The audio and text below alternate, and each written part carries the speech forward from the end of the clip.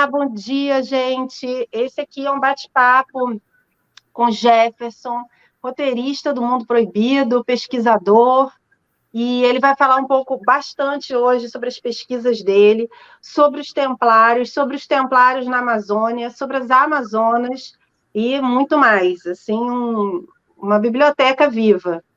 E aí, eu nem vou ficar dando muito tempo assim para as pessoas entrarem, porque depois eu vou baixar o vídeo e jogar de novo, programado para mais gente poder ver. Mas quem estiver aqui agora com a gente, no final a gente abre para perguntas, né? Então, Jefferson, queria pedir para você começar falando um pouco, assim, dessa história dos templários no Oriente, né? De como eles porque eu acho que falar de templários na Amazônia tem a ver com falar lá da história deles no Oriente, né? Porque eles, para chegar aqui no Brasil, tinha uma pré-história. Antes deles terem mapas, antes deles de falar de templários na Amazônia, a gente tem que falar de como foi essa relação e ela começa lá no Oriente, né? Então, queria que você falasse um pouco sobre isso, sobre esse nascimento assim dos templários e a relação deles com o Oriente, como isso marcou a ordem. Ótimo, Patrícia. Eu queria primeiro mandar aí um grande beijo para você. Você tem feito um trabalho incrível, né, na parte de pesquisa, uma inspiração para todos nós. O grupo, né, que é o grupo do Mundo Proibido, do qual eu estou incluindo você nele. Ah, com certeza, me incluo também.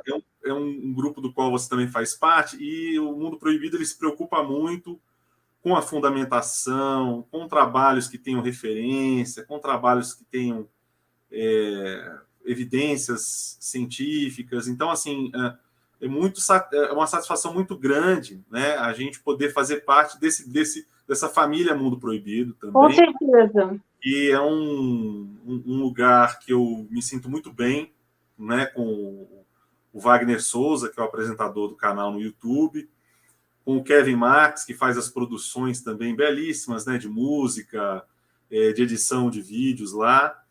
Eu mandar um abraço pro Wagner aqui, né, e dizer que eu vejo muito assim essa nossa família, né, você pertencente também desse grupo, contribuindo demais, né, com o canal, com suas pesquisas, com seus livros, que nos inspiram demais, tá? Nos inspiram demais.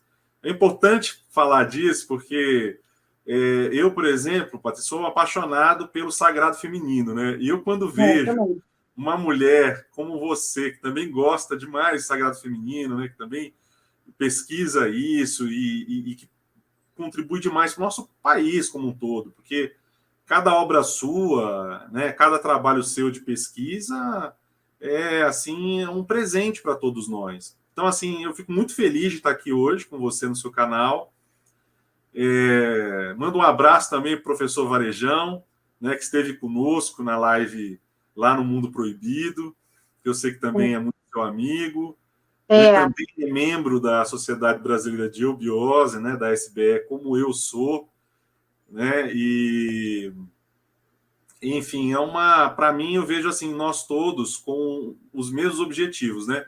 As pessoas que estão nos assistindo também provavelmente são pesquisadoras, são pessoas que gostam de história, que gostam de se aprofundar, e enfim, fico muito feliz da gente poder estar aqui, né, numa egrégora e poder falar sobre assuntos que são tão importantes, como os templários no Brasil, como os mistérios da Amazônia, como o sagrado feminino numa expressão talvez que nós nunca tenhamos falado antes em público, né? As pessoas, com certeza. alguns assuntos são muito fechados, são muito reservados e hoje nós estamos num momento muito bom, porque é um momento da informação, uma informação mais livre, uma informação onde todos podem contribuir com alguma coisa. Então, assim, a gente tem muito a crescer, né? O conhecimento é algo dinâmico. Então, Enfim. Com certeza. E por falar em egrégora, né, eu vou te contar uma coisa muito interessante dos Templários que aconteceu na minha vida, que eu vi Aham. você também, eu vi a sua palestra, vi a sua conversa com o André de Pierre também no canal dele, e vi você falando dos drusos, e depois, quando você desenrolar aí sobre os Templários no Oriente, eu pedi para você falar um pouquinho dos drusos, né?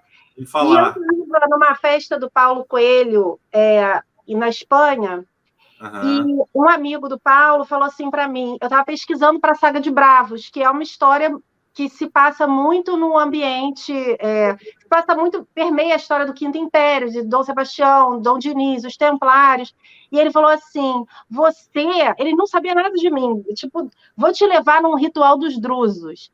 E os drusos aqui da Espanha e tal, e eu pesquiso religiões, então, assim, já fui a várias religiões, não para participar dos rituais, mas como pesquisadora, né? Não para tomar nada ou participar de nada, mas como pesquisa, né? Para filmar, ou para estudar, ou para conversar. E aí, até esse ritual era um ritual lá deles, cultural, dos drusos, né? Que eles tocavam tambores e tal. E aí ele falou assim para mim: existe uma relação dos drusos com os templários, e você vai escrever sobre os templários, porque os templários, eles te protegem. Eu falei, cara doido. Ah, tá bem, tá bem. Aí a gente, quando estava acabando, assim, eu precisava fechar a edição de Saga de Bravos, porque Saga de Bravos foi comprado já por uma editora americana. E eu estou fazendo o segundo livro e a gente vai lançar os dois em inglês. Depois talvez lance no Pessoal, Brasil. leiam Saga de Bravos, pessoal. É um livro É, extraordinário da Patrícia. e agora ele tem só na internet, assim, porque os livros físicos, o professor de história que até veio aqui no canal, que tem o Instagram Templários Rio de Janeiro, que é um professor de história que pesquisa templários, que vai nas feiras medievais, faz a barraca de templários, ele coleciona armas templárias, roupas templárias, coleciona livros de história templária, viaja o mundo inteiro estudando templários, ele já veio aqui no canal também, tem um vídeo dele aí no canal, eu precisava, eu tinha assim, cara, eu preciso esgotar esses livros que eu fiz, eu não posso, não quero dar, não quero queimar, eu tenho que esgotar, eu vou sair dando em biblioteca, porque eu fiz um acordo que eu não podia mais vender o livro físico, que eu só podia vender a reedição da trilogia, em inglês, e eu não podia vender mais. Aí ele falou assim, quantos livros você tem? Cara, eu tenho 500 livros, os Templários vão vender. Aí assim, foi uma coisa surreal que eles saíram da feira templária de carro, de roupa dos templários, que eles tiram fotos vestidos de templário. E aí entra na minha garagem, na minha casa, aquele monte de gente vestido de templário para pegar os livros Saga de Bravos e levar para eles venderem nas feiras medievais. Eu até falei, não, o dinheiro fica para vocês investirem em mais livro, em mais roupa, em mais divulgação e tal. E aí eu falei, gente, sabe que eu realmente me senti lá naquela cena dos drusos, o cara falando para mim, os templários vão te proteger, você vai escrever sobre os templários, porque foi uma cena, o meu porteiro, que isso, festa fantasia? Eu falei, não, o pessoal aí templário que vem pegar os filhos. Foi muito engraçado. Mas aí é isso, os templários, os drusos e o Oriente, acho que é um capítulo até um pouco secreto, né, que acaba trazendo eles mais tarde para o Brasil e a Amazônia. Nós nos sentimos, viu, Patrícia? Nós todos, na verdade, quando nos imbuímos desse espírito aventureiro, esse espírito de pesquisa, esse espírito também próximo do sagrado, né? Com esses valores maiores, né? De paz, de solidariedade, de amor, de enfim, de fraternidade, de lealdade, sabe, com esses propósitos mais históricos. Nós todos somos templários, né? E nós todos construímos dentro de nós esse santo templo, porque o princípio principal desse processo é dentro de nós construirmos o nosso sagrado. E quando nós estamos aqui falando sobre esses grandes aventureiros da história, né, esses grandes guerreiros da história, que são os templários, né, nós também estamos em sintonia com toda essa energia, com toda essa egrégora que é viva, que vive em todos nós, né, quando você produz seus livros, seus livros maravilhosos, né, se também se coloca nessas aventuras, né, Patrícia? Que você também é aquela pesquisadora de campo, que vai para campo estudar. Então, isso é maravilhoso, sabe? Você também é uma templária, né? Então, assim, ele ali, ele estava falando, olha, você é uma das nossas, né? Ele só não soube dar o nome. Ele falou, você vai ser protegida pelos Templários, mas, na verdade, você faz parte dessa egrégora, né? Você tem escrito muito sobre os Templários, tem falado muito nas suas palestras sobre os Templários, né? Tem vivido muito essa energia também. Então, para nós é uma honra, sabe, Patrícia, estar aqui. Eu estar aqui hoje com você, né? Em nome aí, eu falo aqui também um pouquinho em nome do Mundo Proibido, né? Eu falo um pouquinho em nome também da Sociedade Brasileira de Obiose, e que todos são imbuídos, né, com esse espírito templário, né? Todos buscam levar informação, né? Os nossos trabalhos são às vezes hercúleos, né? Às vezes nós não ganhamos nada com os trabalhos que fazemos, mas a semente ela vai dar frutos, porque a gente acaba tocando o coração das pessoas com os trabalhos que nós fazemos. E esse é o nosso objetivo, né? Tanto do Wagner no Mundo Proibido, do seu, quando escreve uma obra, né? O meu, quando leva algum conhecimento meio de roteiros, artigos, né? E agora um pouquinho mais em público, né, Patrícia, podendo conversar com você aqui e com outras pessoas também. Então, assim, a gente vai levando isso adiante. O importante é que as informações, elas são fantásticas, porque às vezes a gente chega num determinado conhecimento que ele abre a nossa mente, né? Ele proporciona que a gente consiga ter uma visão muito abrangente, ter assim, um quadro geral de tudo.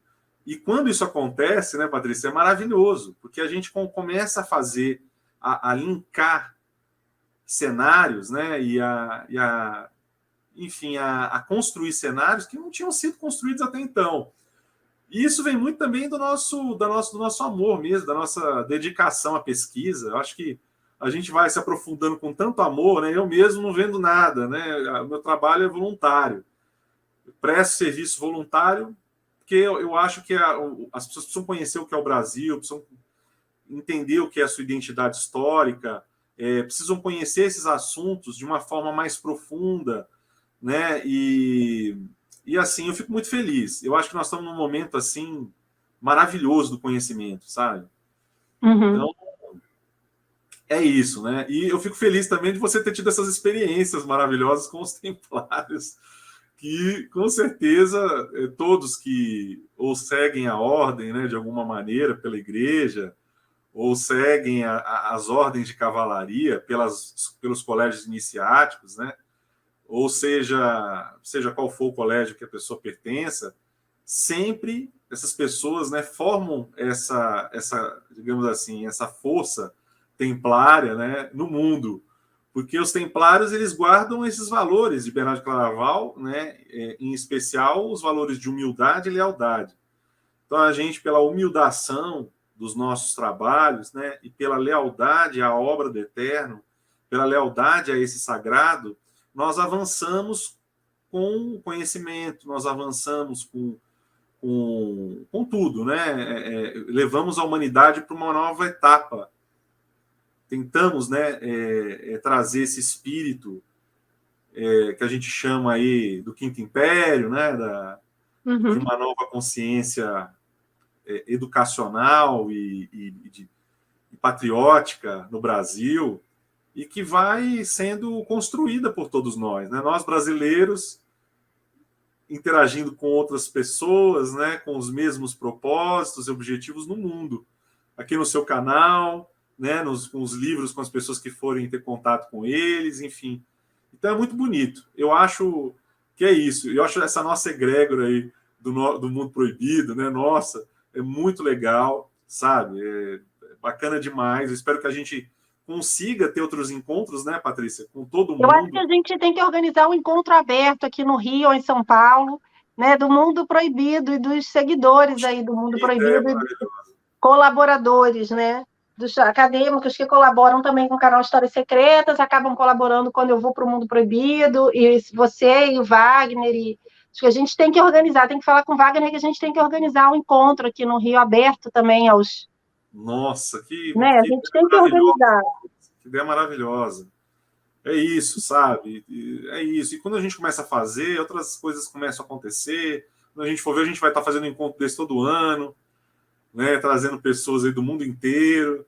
A Então, gente tem que organizar. Botamos aqui a semente, assim, a gente faz uma rodada de palestras de alguns temas, Mundo Proibido, e fazemos encontro de seguidores, né? Mas assim, Exatamente. até isso que a gente está falando, egrégora templária, Bernard Claraval, ele fez a ordem, ele escreve, né? Para quem não sabe, Bernard Claraval, ele vai escrever a regra do templo. Se eu não me engano, são 90 e poucas regras, né? E ele é um místico, Bernard Claraval, né? E ele vai escrever, dizem que ele escreveu a regra secreta, que era o ecumenismo. Eu queria saber se isso é Eu te falo verdade. agora, eu não tenho aqui de cabeça, não, mas eu te falo que eu tenho as regras aqui na mão. Eu te falo agora aqui quantas regras são. Ó, são 75. E é verdade que existia uma regra secreta que era o ecumenismo? Olha, o ecumenismo, eu não li essa regra, não. Não tenho essa percepção. Mas o ecumenismo é algo que todo mundo que pesquisa a história, porque assim, a gente não tem como desatrelar esses campos de conhecimento, né? Nós temos que agir de forma complementar. Então, o ramo das religiões comparadas, né, e da história, isso aí vai levar, assim, indubitavelmente, todos nós para um espírito ecumênico. Todos nós teremos um espírito mais holístico, com uma visão aberta, entendendo que a expressão do sagrado nos diversos países e de diversas formas é o mesmo sagrado, é a mesma coisa. Que nós vamos nos ver muito como irmãos. Né? Então, hoje, por exemplo, eu tenho muito essa visão, Patrícia, mas aí é uma questão de cada um de foro íntimo, porque cada um de nós vai começar a construir, vamos começar a quebrar os nossos paradigmas, muitas barreiras, e vamos começar a entender a expressão do sagrado de uma forma mais abrangente, né? E também como o sagrado se expressou em diferentes religiões, em diferentes regiões do planeta, em diferentes momentos da história. E é muito bonito, porque é arte, né? A arte e iniciação, elas andam juntas. Então, a forma, né, de expressar a religião, a forma de arte do sagrado, e aí nós vamos ver que é a mesma coisa. Não importa o nome, às vezes mudam os nomes, mudam as formas de ritualística, né, de se expressar, mas na essência é o mesmo Deus. Tem uma frase do professor Hermógenes, que eu gosto muito. O professor Hermógenes, ele foi muito para a Índia, né, um brasileiro que foi muito para a Índia, visitava muito Sai Baba, e ele também fazia muito o turismo, né, de levarem brasileiros para conhecer a Índia. Hoje quem faz isso muito é se eu não me engano aqui no nome, o Rogério Romano, né, que é um espírita, enfim, que tem uma linha mais oriental e acabou fazendo, acho que o primeiro templo espírita oriental em São Paulo, e ele quem hoje, inclusive, se aproximou muito da embaixada da Índia, por ir muito para a Índia e começar a levar as pessoas para isso. Quem fazia antigamente era o professor Hermógenes, né? E o professor Hermógenes, ele tem uma frase que ele diz assim: negar a Deus é como uma onda negar o mar. Ah, bonito. Verdade. E na verdade, né, nós somos parte espírito, parte matéria, e temos que nos vermos, né, entendermos das duas coisas. Então, às vezes a gente fica muito voltado para a parte material, mas tem uma parte em nós, né, espiritual, que ela também existe em nós. Então, assim, o fato de nós não provarmos cabalmente, isso quem fala muito é minha irmã, viu, Patrícia? Que é PhD, minha irmã é PhD em física. Ela é física médica, ela hoje atua em Portugal, coordena hospital em Portugal. Nossa. E ela disse uma coisa para mim há muitos anos atrás, que é muito importante, que serve para todos nós. Ela, como uma grande cientista que ela disse assim: meu irmão, não se preocupe em em descrever um fenômeno, né, com provas científicas. Se o fenômeno existe, é porque cientificamente aquilo é possível. Nós só não conseguimos provar ainda como isso é feito, mas nós vamos chegar lá. Então, ela disse que nós não devemos nos bloquear, né, em falar a respeito de um fenômeno só porque nós não conseguimos provar cabalmente isso. Então, isso é muito bonito. É algo que minha irmã uma vez me falou, porque eu estava preocupado. Falei, como é que eu vou fazer esse artigo, Esmeralda? Né? Como é que eu vou fazer esse artigo? Ah, que nome lindo! Maria Esmeralda, né? Então, como é que eu vou fazer esse artigo, Esmeralda e tal? Ela falou, não se preocupe, meu irmão. Fale sobre o fenômeno. O fato de não existir ainda comprovação dele não significa que o fenômeno não existe. O fenômeno existe. Então, se ele existe, cientificamente é possível. Né? Nós só ainda não alcançamos essa consciência, essa condição ainda de explicar o fenômeno. Então, mas não é para você deixar de falar dele. Então, assim, isso foi muito bacana. Isso serve para todos nós, pesquisadores, cientistas, porque nós vamos nos deparar com muitas coisas que não têm explicação. É, verdade. E não é por isso, né, que nós vamos parar a pesquisa, ou que isso não vai servir de alguma maneira, que nós não possamos citar, não possamos deixar uma teoria nossa a respeito do que nós entendemos sobre aquilo, deixar uma contribuição, porque muitos cientistas, Patrícia, deixam de falar sobre algo que descobrem por não terem base para estar tratando disso. Então, assim, a gente tem que parar um pouco também com isso, no sentido de registrarmos o fenômeno, né? Porque às vezes a gente vai encontrar uma situação que não pode ser explicada ainda. E Jefferson, mas voltando aqui ao fenômeno que a gente não explica, mas sabe que aconteceu, talvez a gente não tenha provas cabais, mas os pesquisadores dizem que existia essa influência ali dos templários no Oriente, que eles relacionaram ali com os essênios, com os drusos, e que essa relação também influenciou eles muito. E aí eu queria que você falasse um pouco sobre isso. Isso. O que acontece?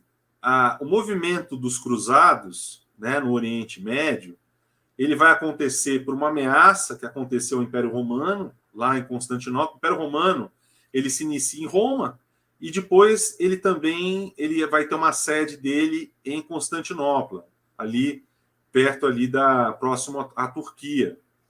Então, nesse estreito, digamos assim, indo-europeu. E aí nós tínhamos o movimento dos cruzados, que começaram a ser convocados, os países foram convocados para tentar pacificar a ameaça dos países árabes, que invadiam, que tentavam ali ameaçar o Império Romano em Constantinopla.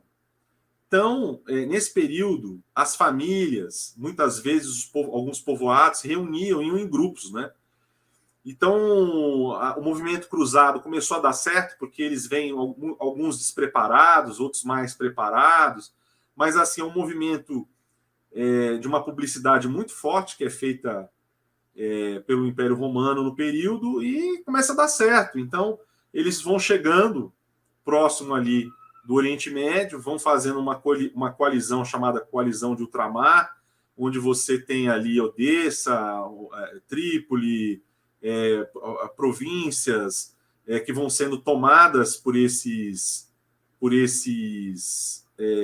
senhores, né, que vão se apropriando, né, senhores feudais ali que vão se apropriando dessas terras e vão defendendo também e formando ali uma linha combativa, né, com os países árabes e tomando também as cidades santas, né, as cidades mais sagradas. Então, a gente tem isso historicamente como uma guerra santa. E uma dessas famílias, né, que chega ao Oriente Médio, uma desses grupos, que é de Godofredo de Bulhão, você tem ali, por exemplo, o de Payans, que foi o fundador da Ordem Templária, você tem, por exemplo, o Balduíno II, que lutava nesse grupo e que foi eleito rei de Jerusalém. Então, isso foi muito importante, porque eles eram amigos, né? O Hugo de Payans tem o objetivo de proteger os peregrinos, né, e de oferecer voluntariamente essa proteção a Jerusalém. E o Babilônio II, já empossado como rei, concede a eles, né, um templo, que é um templo de Alcázar, um templo muito bonito, muito sagrado, que foi construído em cima das ruínas do Templo de Salomão. E aí você tem ali o início, digamos assim, embrionário da Ordem Templária. E o que acontece ali é que o Hugo de Payens, com mais ali meia dúzia de cavaleiros, eles acabam, enfim, iniciando, né, idealizando o que seria essa ordem. Outras pessoas, obviamente, outros cavaleiros querem também servir em Jerusalém e vão, enfim, esse grupo vai ficando maior, né, com o tempo. Mas fato é que eles ficam 20 anos em Jerusalém, nesse território. Então você tem ali a Judéia, onde está Jerusalém, você tem a Galiléia um pouco mais para cima, que é onde você tem o Monte Carmelo, onde ficam ali os drusos, que você falou agora, né? Então os drusos são descendentes dos essênios. Os essênios tinham uma cidade, digamos assim, que trabalhavam dentro de uma organização sinárquica,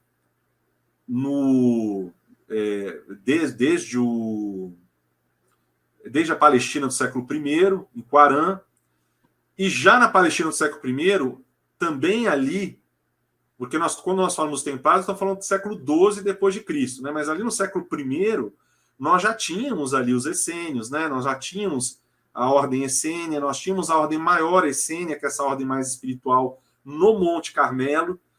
Tanto é que Jesus, João Batista são iniciados, né, pelos essênios nessa região da Judéia, e também assim, a força maior essênia sempre foi ali no Monte Carmelo. Você pode ver que, historicamente falando, os maiores, digamos assim, líderes que existiam na época, que eram tidos assim como uma força de revolta hebraica dos judeus, que eram os zelotas, né? Então os zelotas, eles estavam ali na Galiléia e tinham uma influência assim muito grande, né, desse pensamento, que era um pensamento mais libertador, um pensamento que não se deixava vencer pelo sinédrio judaico da época, que tentava enclausurar mesmo as pessoas numa política que já tinha se perdido. Já tinha se perdido. Da essência. Caifás, inclusive, foi escolhido por Pôncio Pilatos, era sempre escolhido o sumo sacerdote era escolhido por Roma e dividia também todos os ganhos do templo com Roma. Era um negócio, né?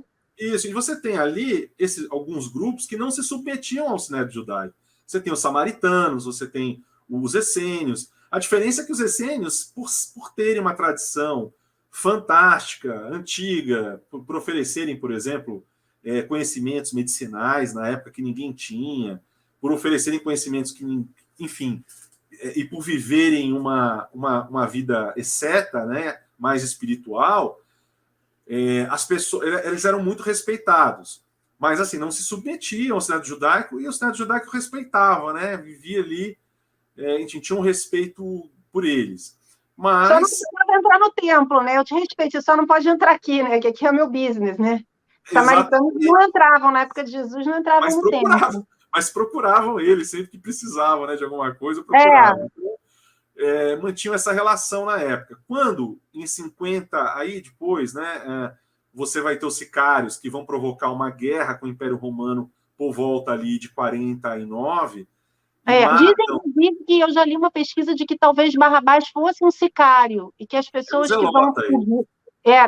que as pessoas que vão pedir pela vida dele sabiam que ele tinha um movimento ali que não era de bandidagem, era de tentar fazer guerra contra Roma.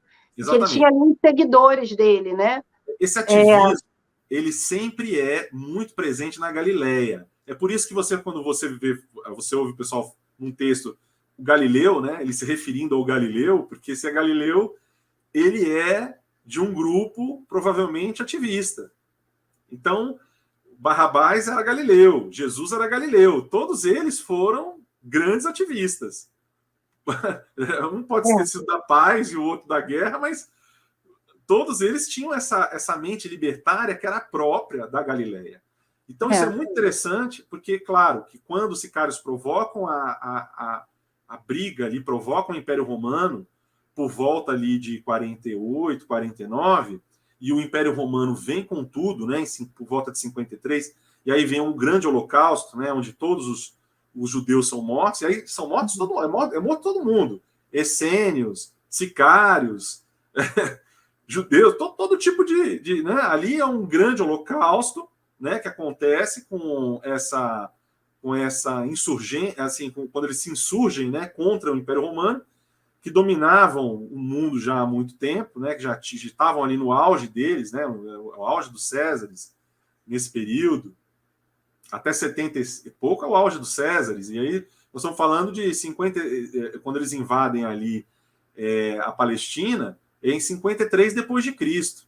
Então eles estavam no auge, né? O Império Romano estava no auge. Tanto é que acabam com o Templo de Salomão, é proibido, né? Os judeus são proibidos de professarem sua fé, e aí é quando os livros sobre Jesus começam a existir, né? O Novo Testamento começa a existir para que eles possam guardar a tradição judaica sem falar que são judeus, né? E aí nascem o movimento cristão nesse processo de perseguição, né? de perseguição de Roma aos judeus nesse período, graças aos sicários que provocaram que se insurgem ali, né? Provocam uma guerra ali em Jerusalém, matam eles sempre quiseram, né, tirar os romanos dali, mas quando eles fazem isso nesse período, claro, provocam o Império Romano não perdoa, né? O Império Romano vai lá e acabou com todo mundo. Mas é o mais bárbaro dos bárbaros. Eles chamam todo mundo de bárbaro, mas eles são os mais bárbaros dos bárbaros, são os romanos. Mas é só para trazer um contexto, né, de que o Monte Carmelo e na Galileia ali, ele tem uma importância enorme. Mas nas minhas pesquisas, o que vai acontecer? Eu encontro um registro do professor Henrique José de Souza, que é um registro... Eu já tinha intuitivamente essa teoria. Mas quando eu encontro esse registro do professor Henrique José de Souza, que é um registro que ele faz na Darana, não vou lembrar agora do ano, talvez acho que 1930, por volta da década de 1930, que ele acha esse registro, ele faz esse registro. Porque o professor Henrique José de Souza, que é fundador da Sociedade Brasileira de Obiose, Patrícia, ele tinha algo... ele tinha uma revista, que era da Arana, que todos contribuíam para ela. Então, as pessoas que eram do movimento da Sociedade Geográfica, lembrando que o movimento das sociedades geográficas no mundo, nesse período, fizeram grandes pesquisas no Brasil, né, do século XIX para o século XX, nessa virada. Grandes pesquisadores estiveram aqui pesquisando o Brasil, e nós temos muitos registros históricos dessas pessoas, né? Entre eles, o professor Bernardo Ramos, o professor Ludwig Schwenagen, enfim, vários coronéis, né, que eram representantes. Coronel Fausto também era da Sociedade de Geografia? Também, inglesa, né? Inglesa. Então, todos eles vieram para cá. Todos eles foi um movimento da Sociedade Geográfica numa pesquisa sobre o Brasil muito forte. Eu tenho falado, inclusive, só para dar uma parte, eu falei isso com o Wagner outro dia, eu falei, Wagner, a gente tem que lançar um movimento de novo de arqueologia na Amazônia, né? Que igual existiu o movimento da Sociedade Geográfica, que vão várias pessoas pesquisar, mas não tinha as ferramentas que a gente tem hoje para a gente conseguir um movimento de Sociedade Geográfica na Amazônia com as ferramentas que se tem hoje, LiDAR e tudo mais, para a gente conseguir realmente... Eu falei isso, inclusive, né, Patrícia, para a live que eu fiz agora no domingo com o André de Pierre, porque o André de Pierre é um arqueólogo, ele já tem uma revista científica que é maravilhosa, que é a Enigmas, né? Então, ele já faz um trabalho de campo muito grande nesse sentido. Então, assim, na verdade, a gente tem tudo. O que você falou agora é perfeito, porque nós temos tudo para trazermos de volta esse espírito, né, aventureiro e da pesquisa arqueológica no Brasil, né? Então eu torço muito por isso. A minha contribuição é para que esse movimento realmente ele seja reanimado por todos nós. Isso depende de todo mundo também participar, de todo mundo querer isso, né, de formar egrégora nesse sentido. Mas eu vejo que isso tem se formado, sim. Só que, como tudo, a gente precisa alimentar, né? Nós não podemos achar que os outros vão fazer aquilo que nós precisamos fazer. Claro. Então, não podemos ser omissos, né? Precisamos ter uma atitude de falar assim, não, eu preciso também participar, eu preciso... Então, como é que as pessoas podem participar, né? Às vezes adquirindo ali uma revista dessa, adquirindo um livro seu, enfim, elas têm que participar como elas podem participar, né? Fazendo um artigo, buscando pesquisar também algum assunto e contribuindo cientificamente com as pessoas que somos mais ligadas a isso. Hoje, você, o André, o Wagner, né, no Mundo Proibido, eu, né, assim, as pessoas que estão ligadas aí, que contribuam, né? Façam suas pesquisas, mandem, né, para esses canais, busquem também participar. Mas é isso. Falando a respeito, então, da Galileia, né, dando esse contexto todo para falar a respeito dos drusos essênios, o registro do professor Henrique é muito importante. O professor Henrique, na época, era correspondente de Mário Rose de Luna, era correspondente de inúmeros pesquisadores de peso no mundo. René Guénon. Então, assim, nossa, poxa, a obra dessas pessoas, elas são, assim, fantásticas, são maravilhosas. Então, assim, quando eu me debrucei sobre esse registro que o professor fez, ele diz assim que os drusos do Líbano foram quem iniciaram ali no século XII, né, os templários, na pessoa ali do de Payens com mais um cavaleiro. Então esse registro para mim me deu assim um alívio na alma, porque eu tinha essa impressão, e isso faz todo o sentido do mundo, até por conta da força geográfica, porque Tiro Fenícia é ao lado do Monte Carmelo, na Galileia. Então, assim, tem toda a lógica do mundo isso, com todas as tradições que nós sabemos, né? A influência fenícia desde o século I, que é uma influência essênia. Desde o século I, muito forte, e ali, do século XII, os templários, quando eles reconquistam essas terras sagradas, para que todos pudessem ir para lá, para que todos pudessem viver um pouco desse sagrado, pudessem visitar essas cidades históricas, eles vão reativar, de certa forma, esse processo, né? Então vão ter contato com as pessoas mais espirituais, como você. Você chegou lá, esbarrou num templário, o templário falou, agora você vai estar protegida pelos templários aqui, e recebeu ali uma bênção que foi a solidariedade de um grupo grande ali de ordem do templo, de alguma igreja ali próxima, né, que estavam ali no evento. Então, assim, a lei, ela faz essas coisas, Patrícia, quando nós estamos imbuídos, né, por esse espírito.